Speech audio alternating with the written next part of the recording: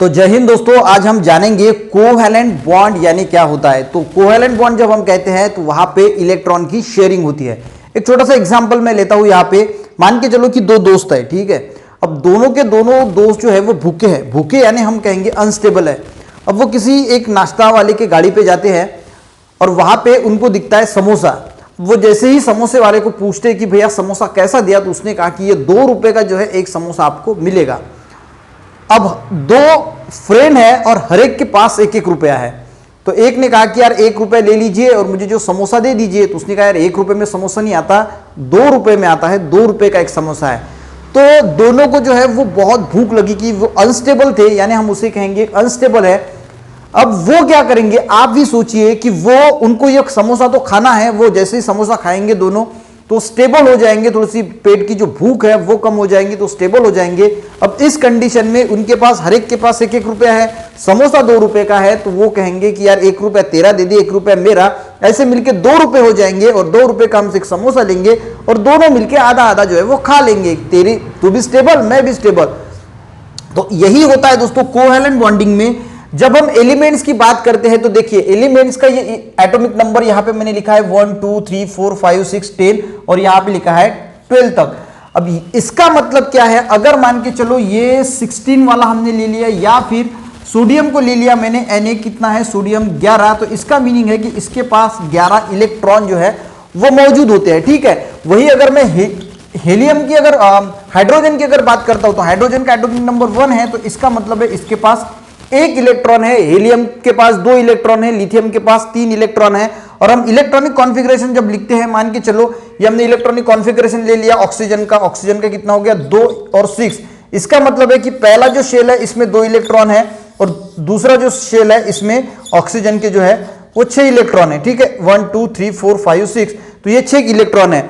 अब इसको अगर स्टेबल बनना है, जैसे मैंने कहा था, इसको अगर स्टेबल बनना है तो दूसरे वाले में 8 इलेक्ट्रॉन होना मस्ट है, तीसरे वाले में 18 होना मस्ट है, पर तीसरे वाले पे भी अगर 8 होते हैं तो हम कहते हैं कि वो स्टेबल है। तो कंडीशन ये ऑक्टेट कंप्लीट होना चाहिए, या फिर यहां पे 2 इलेक्ट्रॉन पहले शेल में, तो डुप्लेट जो है वो कंप्लीट होना जरूरी है, तभी वो जो है वो स्टेबल है।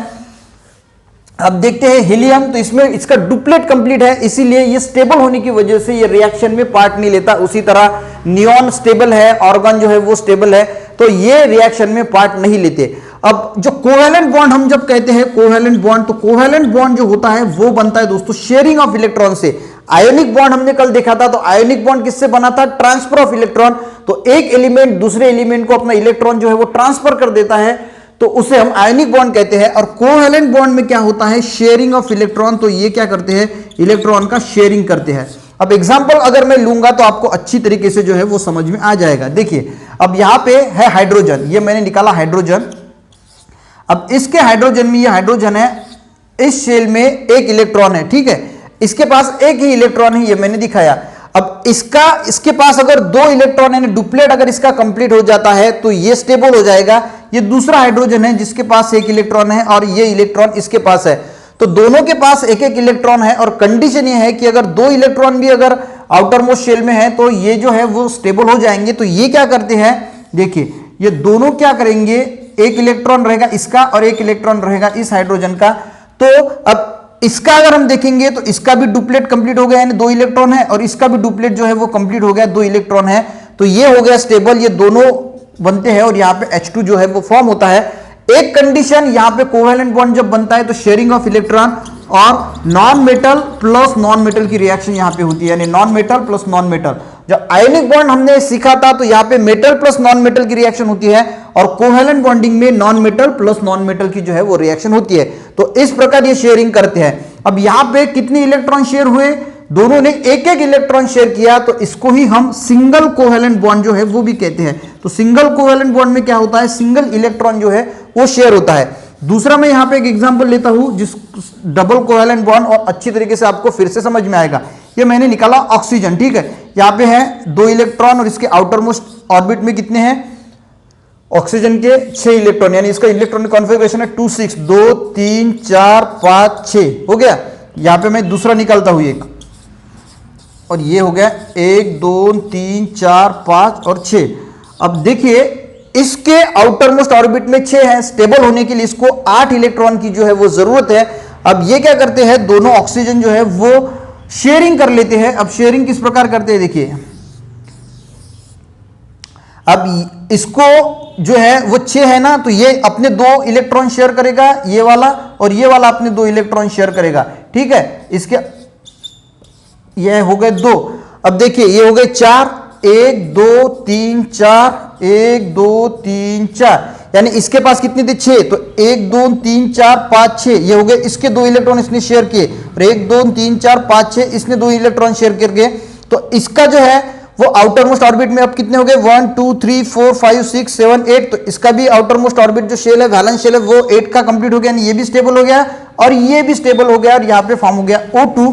अब यहाँ पे इन्होंने कितने इलेक्ट्रॉन शेयर किए, 2 इलेक्ट्रॉन इसने शेयर किए, 2 इलेक्ट्रॉन इसने शेयर किए, तो इसको हम कहेंगे डबल कोवैलेंट बॉन्ड। शॉर्टकट में लिख रहा हूं मैं, तो ये हो गया डबल कोवैलेंट बॉन्ड। इसी प्रकार दोस्तों अगर 3 इलेक्ट्रॉन कोई शेयर करता है तो हम उसको कहेंगे ट्रिपल कोवैलेंट बॉन्ड।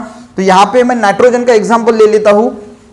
देखिए नाइट्रोजन में क्या होता है, नाइट्रोजन का इलेक्ट्रॉनिक कॉन्फ़िगरेशन है 2 5, ठीक है, 2 और 5, यानी आउटर मोस्ट ऑर्बिट में कितने हैं 5, तो यहां पे हमने निकाल लिए ये 2 और इसमें निकाल लिए 1 2 3 4 5, इसको स्टेबल होने के लिए कितने चाहिए 8, और ये यहां पे हमने निकाल लिए दूसरा नाइट्रोजन 1 2 3 4, और ये हो गया 5 मान के चलो, ठीक है। तो ये नाइट्रोजन है, स्टेबल होने के लिए इसको 8 इलेक्ट्रॉन की जरूरत है आउटर मोस्ट ऑर्बिट में। तो अब ये कैसे शेयरिंग करेंगे, ठीक है, तो 8 की जरूरत है, तो ये जो है वो अपने 3 इलेक्ट्रॉन शेयर करेगा, 1 2 3 ये वाला, और ये वाला भी 3 करेगा, 1 2 3 हो गए। इसके बीच में कितने हैं अंदर 2, इसके अंदर कितने हैं 2, तो अब हो कितने गए 6 हो गए, 7 और 8, इसके पास कितने थे 5, तो ये वाले हो गए 3 और ये वाले हो गए 2, इसके खुद के 5 और इसके 1 2 3 और ये 4 5, इसके हो गए 5, ठीक है। अब टोटल इसने 3 शेयर किए और इसने 3 इलेक्ट्रॉन शेयर किए, तो ये हो गए 6 7 8, तो इसका जो है वो ऑक्टेट कंप्लीट हो गया आउटर मोस्ट शेल का, वैलेंस शेल का, और इसका भी ऑक्टेट कंप्लीट हो गया, तो ये क्या हो गया स्टेबल हो गया।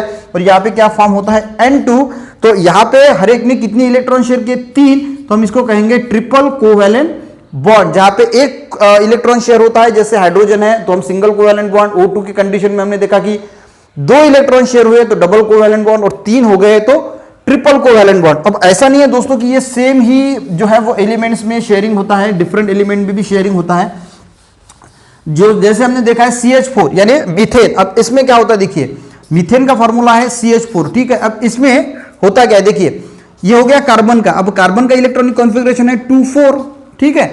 यहां पे देखेंगे आप तो 6 इसका एटॉमिक नंबर है, यानी 6 इलेक्ट्रॉन है, और इलेक्ट्रॉनिक कॉन्फ़िगरेशन 2 4, तो इसके आउटर मोस्ट ऑर्बिट में कितने इलेक्ट्रॉन्स है 4, इसके अगर आउटर मोस्ट ऑर्बिट में 8 इलेक्ट्रॉन है तो ये स्टेबल हो जाएगा। और हाइड्रोजन की अगर बात करूं तो इसके पास 1 ही इलेक्ट्रॉन है, ठीक है, इसको कितने चाहिए, इसको 2 ही अगर हो जाते हैं तो ये जिसका डुप्लेट कंप्लीट हो जाएगा और ये स्टेबल हो जाएगा।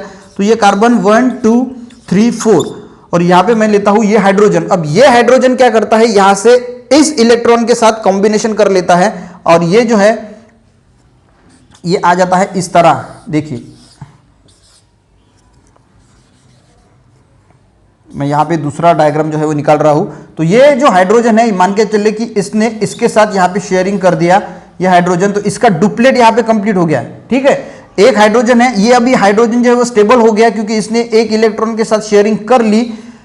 पर अब कार्बन की अगर हम बात करें तो कार्बन का ऑक्टेट जो है वो कंप्लीट नहीं हुआ, कार्बन के पास कितने हो गए 5, तो कार्बन क्या करता है और एक हाइड्रोजन के साथ अपना कॉम्बिनेशन कर लेता है, फिर देखता है कि 6 हो गए, फिर एक और हाइड्रोजन के साथ कंबाइन हो जाएगा, फिर एक हाइड्रोजन के साथ और कंबाइन हो जाएगा, तो यहां पे 4 हाइड्रोजन जो है वो कार्बन के साथ जुड़ जाते हैं। तो इस हाइड्रोजन का भी ये भी स्टेबल हो गया, ये हाइड्रोजन भी स्टेबल हो गया, ये हाइड्रोजन भी, क्योंकि इसका डुप्लेट जो है इस हाइड्रोजन का कंप्लीट हो गया। और कार्बन की अगर बात करें तो 1 2 3 4 5 6 7 8, तो इसके भी आउटर मोस्ट ऑर्बिट में 8 इलेक्ट्रॉन जो है वो आ गए हैं, तो ये भी जो है वो स्टेबल हो जाता है।